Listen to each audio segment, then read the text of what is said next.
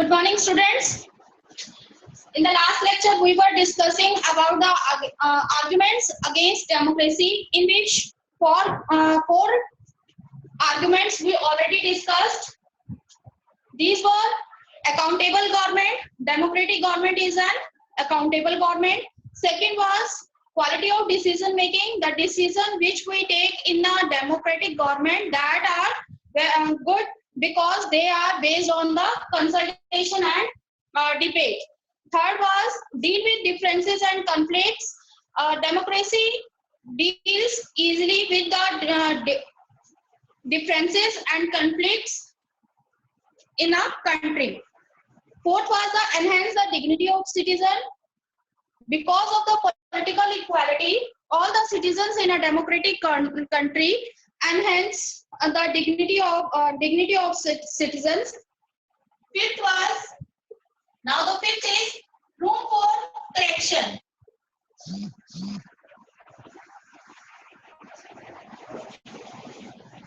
Room for correction. ऐसा नहीं है कि किसी भी कंट्री में कोई ऐसा चांस होगा ही नहीं कि कोई मिस्टेक ना हो. ऐसा कोई वर्ल्ड में पर्सन नहीं है, कोई कंट्री नहीं है या कोई गवर्नमेंट नहीं है जो कोई मिस्टेक कमिट ना करे. हर एक कंट्री में, हर एक गवर्नमेंट में जो है कहीं ना कहीं कोई मिस्टेक हो सकती है. लेकिन जो डेमोक्रेटिक कंट्री है वो क्या करती है, वो हमें एक डेमोक्रेटिक गवर्नमेंट जो है वो एक चांस देती है. We can correct our mistake. So there is a room for the correction. Right now, first of all, no guarantees.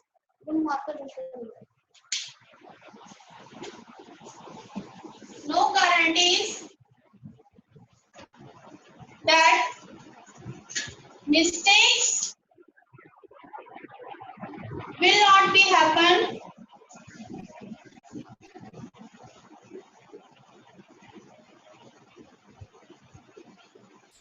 In a government, चाहे वो डेमोक्रेटिक गवर्नमेंट है या नॉन डेमोक्रेटिक गवर्नमेंट है, ऐसा कोई गारंटी नहीं है कि कोई भी मिस्टेक नहीं होगी. बट एडवांटेज क्या है? But advantage is that these mistakes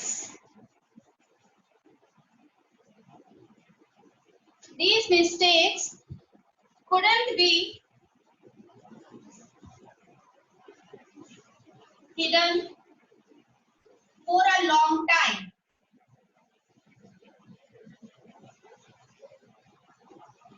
लेकिन डेमोक्रेटिक गवर्नमेंट का क्या एडवांटेज है कि ये मिस्टेक जो है वो ज्यादा लंबे समय तक छिपी नहीं रह सकती. क्यों? क्योंकि हमारे पास यहाँ क्या है, ओपोजिशन पार्टीज है. ओपोजिशन पार्टीज जो है वो नेगेटिव पॉइंट्स को पॉइंट आउट करती है. तो इससे क्या होता है कि जो मिस्टेक्स हैं वो पब्लिक के सामने आती हैं. जब मिस्टेक पब्लिक के सामने आएंगी तो वो क्या कहेंगे, गवर्नमेंट को उस मिस्टेक्स को करेक्ट करने के लिए कहेंगे. So there is a space for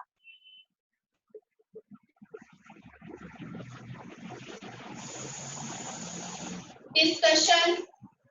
अब कोई मिस्टेक हो गई, उसको करेक्ट करने के लिए उस पर डिस्कशन किया जा सकता है और जिससे यहाँ पर हमें क्या मिलता है, रूम फॉर करेक्शन. अब जब डिस्कशन होगा और उस मिस्टेक को करेक्ट करने की बात आएगी तो क्या होगा कि जो रूलर्स हैं उन रूलर्स को या तो उस पॉलिसी या उस चीज को करेक्ट करना होगा. तो the rulers have to change their decision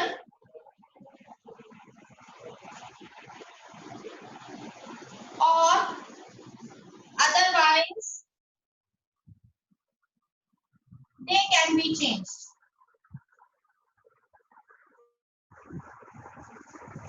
अगर गवर्नमेंट ने कोई ऐसी पॉलिसी बना दी जो लोगों के वेलफेयर में नहीं है, लोग उससे कंसर्न नहीं है, तो रूलर्स को जो है ये फोर्स किया जाएगा थ्रू द डिस्कशन कि वो अपने डिसीजन को चेंज करें. Even then if they denied अगर वो चेंज नहीं करते हैं then they can be changed, means the rulers can be changed in the next election. To these all these advantages, we prefer democracy than other form of government. So this is the arguments for democracy and against democracy, in which we conclude that the advantage of democracy is more than the disadvantage of democracy. So most of the countries of the world prefer the democratic government rather than any other form of government. अब इसके बाद जो है आपको एक चीज जो है वो पता होनी चाहिए about the types of democracy. There are two types of democracy. First is direct democracy and second is representative.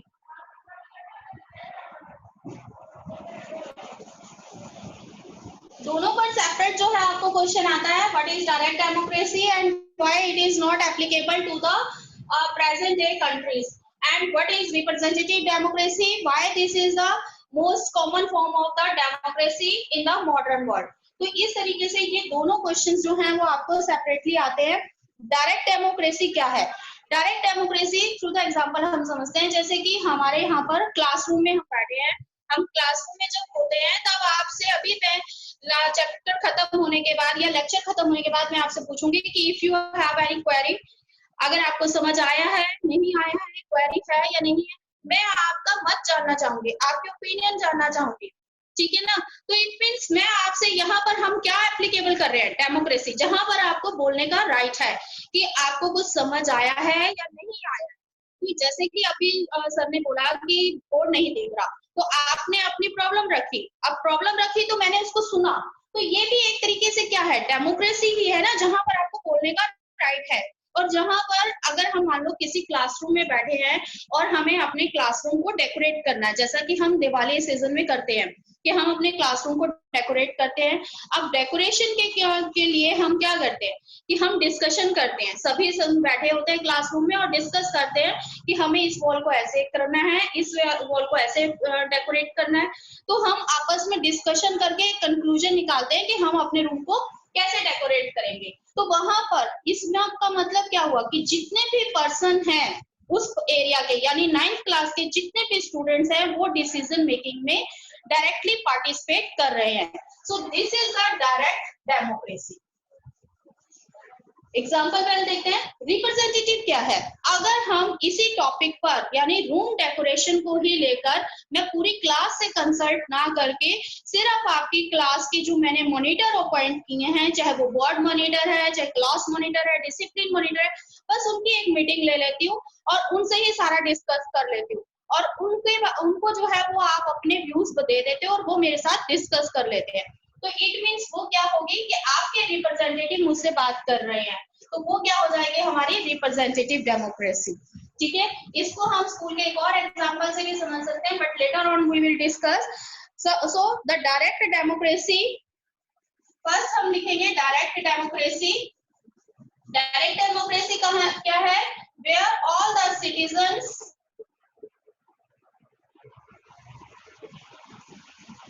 directly participate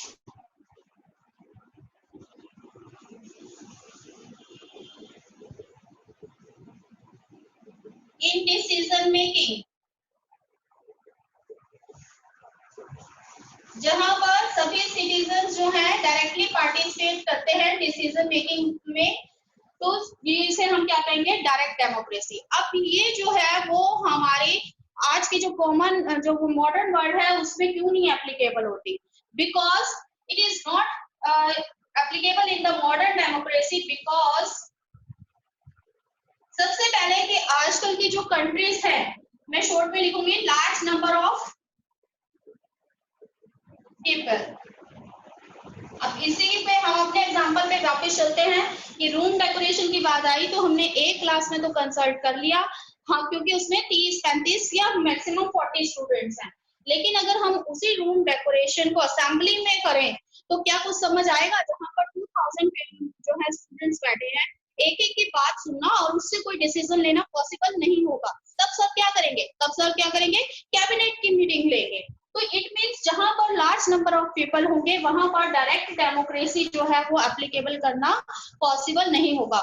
और आज के टाइम में जो जितनी भी most of the countries have large number of people, so this is not possible to sit, not possible to sit together and take a decision. Moreover, sometimes every person have no ideas, no leisure time, उनके पास time नहीं होता या फिर उनके पास ideas नहीं होते कि वो डिसीजन मेकिंग में पार्टिसिपेट कर सके। So we avoid direct democracy in modern world. लेकिन अब भी ये कई जगह पर एप्लीकेबल होती है, जैसे कि हमारी ग्राम सभा होती है या ग्राम पंचायत होती है, वहां पर क्या होता है डायरेक्ट डेमोक्रेसी आज भी है। क्योंकि जैसे कि गांव में क्या होता है कि जब ग्राम पंचायत की सभा होती है तो पूरा गांव जो है वो वहां पर बैठा होता है और अपनी अपनी ओपिनियन किसी भी पॉलिसी या डिसीजन मेकिंग में देता है। तो that is the example of direct democracy. Now come to the representative democracy. Representative democracy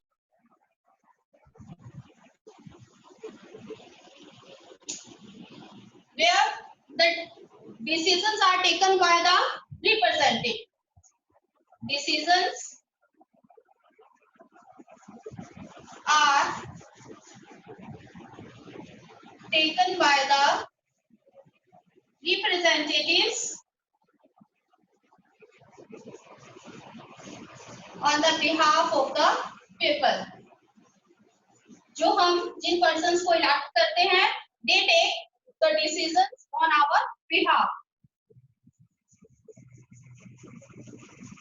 अब ये जो है, this is the most common form of democracy in the modern world because जैसा कि अभी मैंने बताया direct democracy because there is a large number of people and it could not be possible to sit together and take decision directly. So our representatives take decision on our behalf. Second, same point कि even then we can sit together, हम इकट्ठे बैठ सकते हैं, but all the persons are not involving in the decision making because some have no desire or no skill to take part in the decision making. So these are the two types of democracy: direct democracy and representative democracy. So now you are able to distinguish between direct and representative democracy. Now come to the next. अब इससे हमें ये तो पता लग गया कि हमारी जो मॉडर्न वर्ल्ड है उसमें कौन सी फॉर्म हमें डेमोक्रेसी की मिलती है, that is representative democracy. But इससे हमें एक आइडिया नहीं मिलता कि we cannot distinguish between democracy and a good democracy, कि डेमोक्रेसी क्या है और गुड डेमोक्रेसी क्या है।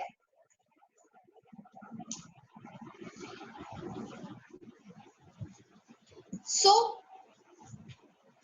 to make this distinguish between democracy and good democracy, we have to go through the broader meaning of democracy. This is our last topic of this chapter.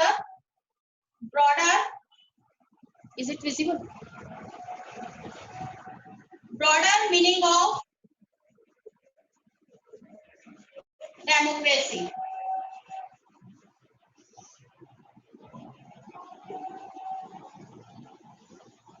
We read a lot of about democracy in this chapter, main features, the arguments for democracy, against democracy, and through these features, we conclude that a democratic decision involves consultation with and consent of all those who are affected by the people, कि हम इसमें एक ऐसे decision लेते हैं जिससे कि सभी लोग जो हैं उस पर कंसेंट होते हैं, क्योंकि they are affected by this decision.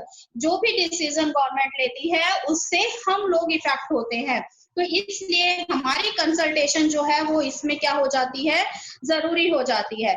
तो इसके साथ साथ इसकी जो एग्जांपल है, ये जरूरी नहीं कि हम गवर्नमेंट की बात कर रहे हैं, डेमोक्रेटिक जो गवर्नमेंट है वो डेमोक्रेसी जो है वो हमें एवरी स्फीयर ऑफ लाइफ हमें दिखाई देती है। जैसे कि एक फैमिली एग्जाम्पल हम यहाँ पर कुछ लेंगे। फैमिली में जब भी आपके फैमिली में कोई मैटर होता है तब आप सब जो है बैठकर डिस्कस करते हैं। तो कोई भी मैटर है, जैसे कि आपकी स्टडी को लेकर ही कोई मैटर है, तो उस पर डिस्कशन किया जाता है कि आप जैसे आप 10th पास आउट करोगे तो आपको कौन सी फील्ड लेनी है। एक तो चीज हो सकती है कि आपके फादर या मदर ही जो है, जो आपके फैमिली लीडर है, वही आपके बारे में डिसीजन ले लें कि आपने आर्ट्स लेना है या आपने साइंस लेना है। ये तो क्या हो जाएगा कि ये तो नॉन डेमोक्रेटिक हो जाएगा, जिसमें आपसे पूछा ही नहीं गया। लेकिन एक फैमिली जिसमें कि आप सारे फैमिली मेंबर्स बैठे हो और तब ये मैटर जो है वो डिस्कस किया जाता है कि आपको क्या लेना चाहिए, आपसे जो है पूछा जाता है। That is also form of democracy, जहां पर आपकी इच्छा को या आपकी विश को जो है रिस्पेक्ट किया जाता है। सेकेंड, जैसा कि अभी मैंने आपको एग्जाम्पल दिया था क्लासरूम। क्लासरूम में अगर मैं बोलने का राइट ही ना दूं, आपको कोई क्वेरी है तो मैं आपको ये राइट ही ना दूं कि आप मुझसे कोई क्वेश्चन पुट कर सको, तो वहां पर भी डेमोक्रेसी नहीं होगी। लेकिन जब मैं आपको इस तरीके की अथॉरिटी देती हूँ कि आप अपनी जो है बात को मेरे सामने रख सकते हो, आपको कोई भी प्रॉब्लम है, आपको अपनी कंप्लेंट्स करते हो आपने क्लासमेट की और all that, this is also form of democracy. Next is party scenario. Party scenario means कि अगर हम किसी पार्टी में गए और वहां के फैमिली और फैमिली मेंबर ही सब कुछ कर रहे हैं, किसी और को कुछ करने की परमिशन ही नहीं है, तो it means that is also not a form of democracy. So these are the examples. We will not go through the detail of these examples. So sometimes we use the word democracy not to describe any existing government, but to set up an ideal standard that all democracies must aim to become. कि कई बार हम जो है democracy के सिर्फ standard जो हमने features पढ़े उसके बारे में ही हम डेमोक्रेसी में नहीं पढ़ते, बल्कि कुछ स्टैंडर्ड जो है डेमोक्रेसी को लेकर हमारे माइंड में होते हैं कि एक डेमोक्रेटिक गवर्नमेंट है, एक डेमोक्रेटिक कंट्री है, तो उसमें कुछ चीजें होनी चाहिए। ये आइडल्स कौन से हो सकते हैं? फर्स्ट ऑफ ऑल हम सोचते हैं कि एक डेमोक्रेटिक कंट्री में जो है no hunger in the country, कि हमारे मन में क्या होता है कि एक डेमोक्रेटिक कंट्री गवर्नमेंट से हम एक्सपेक्ट करते हैं कि कंट्री में कोई भी पर्सन जो है वो हंग्री ना हो, भूखा ना हो। दूसरा हम देखते हैं कि every citizen must be able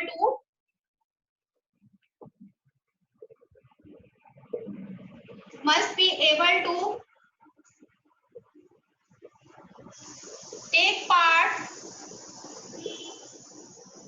in decision making। अब यहाँ पर हमने एक चीज की थी कि कुछ लोग जो हैं उनमें पावर नहीं होती, उनमें स्किल नहीं होती कि वो डिसीजन ले सके। तो इसके लिए जब हम एक्सपेक्ट करते हैं कि हर सिटीजन जो है वो डिसीजन मेकिंग में पार्टिसिपेट करे, तो हम ये भी एक्सपेक्ट करेंगे कि उनके पास, सभी के पास इक्वल इंफॉर्मेशन हो। जब तक हमारे पास गवर्नमेंट या गवर्नमेंट की पॉलिसी के बारे में इंफॉर्मेशन ही नहीं होगी, we can not participate. Second, basic education जो है सबके पास होनी चाहिए। And third is equal resources, जो रिसोर्सेज है वो भी इक्वल होने चाहिए। अब ये तीनों चीजें जो हैं वो किसी भी सिटीजन को जो है वो इतना एबल बनाएगी कि वो then he can take part in this making. But if we take these ideals seriously, then no country in the world is a democratic country। कि कोई भी कंट्री जो है वो डेमोक्रेटिक कंट्री नहीं है अगर हम इन जो है बेसिक आइडल्स को लेकर चले। तो इट मीन्स कि जो ज्यादातर जो हमारी कंट्रीज हैं वो क्या होती हैं, नॉन डेमोक्रेटिक कंट्री प्रूव हो जाती है। बट ऐसा नहीं है, because these are only the ideals about the democratic government and it helps us to distinguish between a democracy and a good democracy. Now democracy and distinguish between democracy and a good democracy. Write down, this is also a important question for 3 marks. What is the difference between a democracy and a good democracy?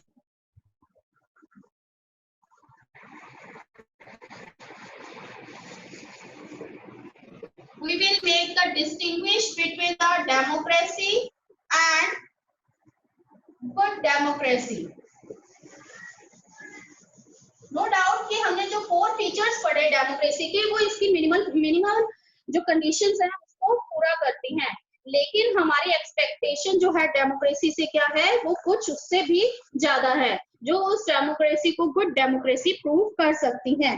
So first is in a democracy it is elected by the people.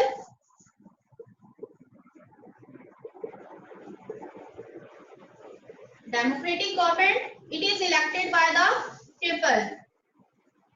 But in good democracy, it is a government which is elected by the people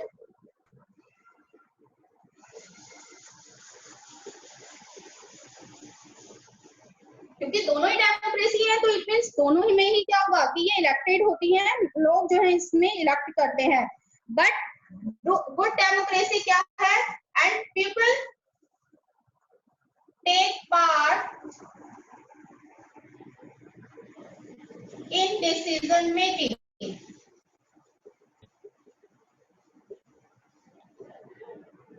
लेकिन good democracy क्या है जिसमें लोग जो हैं वो decision making में participate करते हैं. ये नहीं कि हमने एक वोट कास्ट कर दिया दैट्स इट, हमारी रिस्पॉन्सिबिलिटी ओवर हो गई. The people also take parts in decision making. Second is in democracy regular elections are held.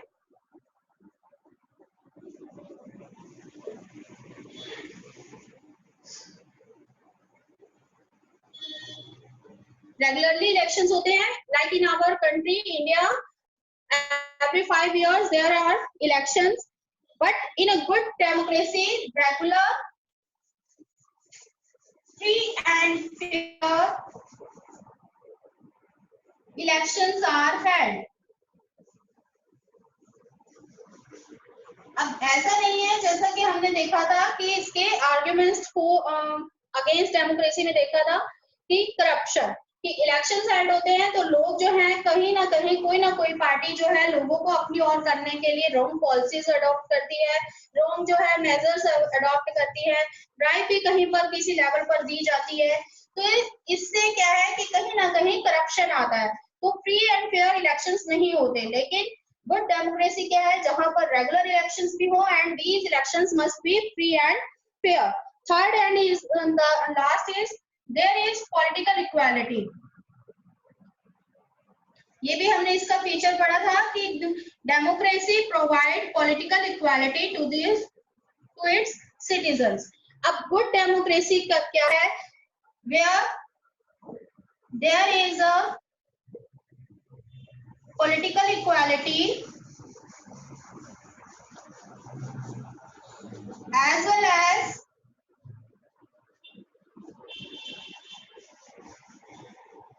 economic and social equality. Good democracy क्या है जहां पर कोई रिच या पुअर नहीं हो, all the person have equal accessible to the resources सभी person को इक्वली मिले. और सोशल इक्वालिटी कि कोई भी जो है जिसको हम कोई भी अनटचेबल्स वगैरह हमने पढ़ा कि कोई भी किसी को हम अपने से इंफीरियर ना समझे. If all the citizens have equal social status in a country. So these are the basic difference between a democracy and good democracy. अगर हम इसके ऊपर जाते हैं, अगर हम इन पॉइंट्स को डिस्कस करते हैं, so there is no country in the world who have the democracy, or we can say ideal democracy. So what can we do? What can we do? अब हमारा इसमें क्या रोल रहेगा? I think you have write down. अगर हमारे पास कोई भी country जिसमें कि गुड डेमोक्रेसी, हम ये नहीं कह सकते कि कोई भी ऐसी कंट्री है जिसमें यहाँ पर हमें ये वाले फीचर्स मिलते हों. लेस और more every country have some mistakes or some points which are negative to the democratic government. So what can we do if we want to make the democracy more strengthened? अगर हमें democracy को अपनी country में और ज़्यादा मजबूत बनाना है, इन ideas तक आना है, तो उसके लिए हमें क्या करना पड़ेगा? सारी responsibilities जो है वो rulers की नहीं है. So the rulers don't have as all the responsibility to make our country a democratic country. We, the citizens, have an important role to strengthen the democracy in our country. कि हम भी जो citizens हैं वो democratic country बनाने के लिए एक important role play कर सकते हैं. अब as a citizens जो हैं वो हमारा क्या role रहता है कि हम लोग जो है ये जैसे हमने before and after इलेक्शंस किया था कि हम क्या रोल प्ले कर सकते हैं. We must look out the government actions. हमें जो है गवर्नमेंट एक्शंस को लुक आउट करते रहना चाहिए, उसे मॉनिटर करते रहना चाहिए. सेकंड, क्या रोल प्ले कर सकते हैं? We must monitor the government's action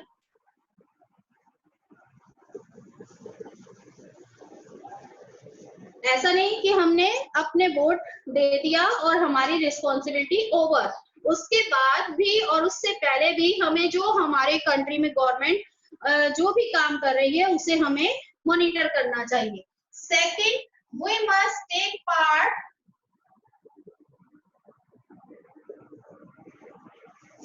in decision making.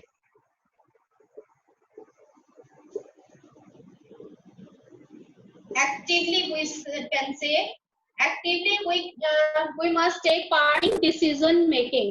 कि हमें जो है अपने रिप्रेजेंटेटिव्स को भी बताना चाहिए कि क्या हमारे इंटरेस्ट है, क्या हमारी वेलफेयर है, क्या हम चाहते हैं गवर्नमेंट से, क्या कैसी कंट्री जो है हम एक्सपेक्ट करते हैं, जिसके बिहाफ पर वो हमारी बातों को आगे गवर्नमेंट तक रख सके और उससे गवर्नमेंट जो है वो it would be help to the government to take good decision about the country. So these two, and the third one is if we are not satisfied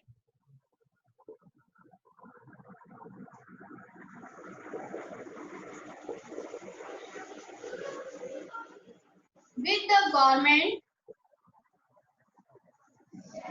or government action,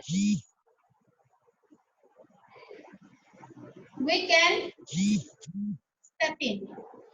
means कि अगर हम government या उसके action से satisfy नहीं है तो हमें उसके लिए स्टेप लेना चाहिए. Step means we must protest और सम डेमोन्स्ट्रेशन और to force the government to change their action. So these are the three key points which we have as a citizens to play to make the democracy more strengthened in our country. So students, now the chapter is over. So political science chapter number 1, what is democracy, why democracy is over. Because हमारा जो main motive है इस class में ये democracy या idol democracy के बारे में नहीं है. We will learn a lot of about democracy in this book or in this session in the 9th class. So we will focus only the features of the democracy.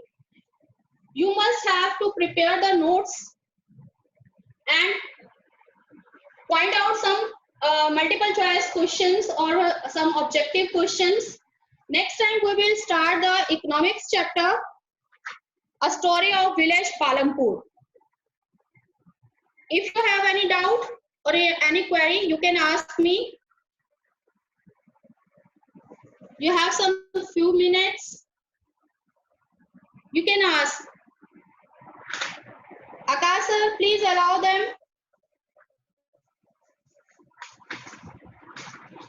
PDF भेजूंगी. That is self-test assignment. You have to learn the chapter first, and after that you have to do the assignment.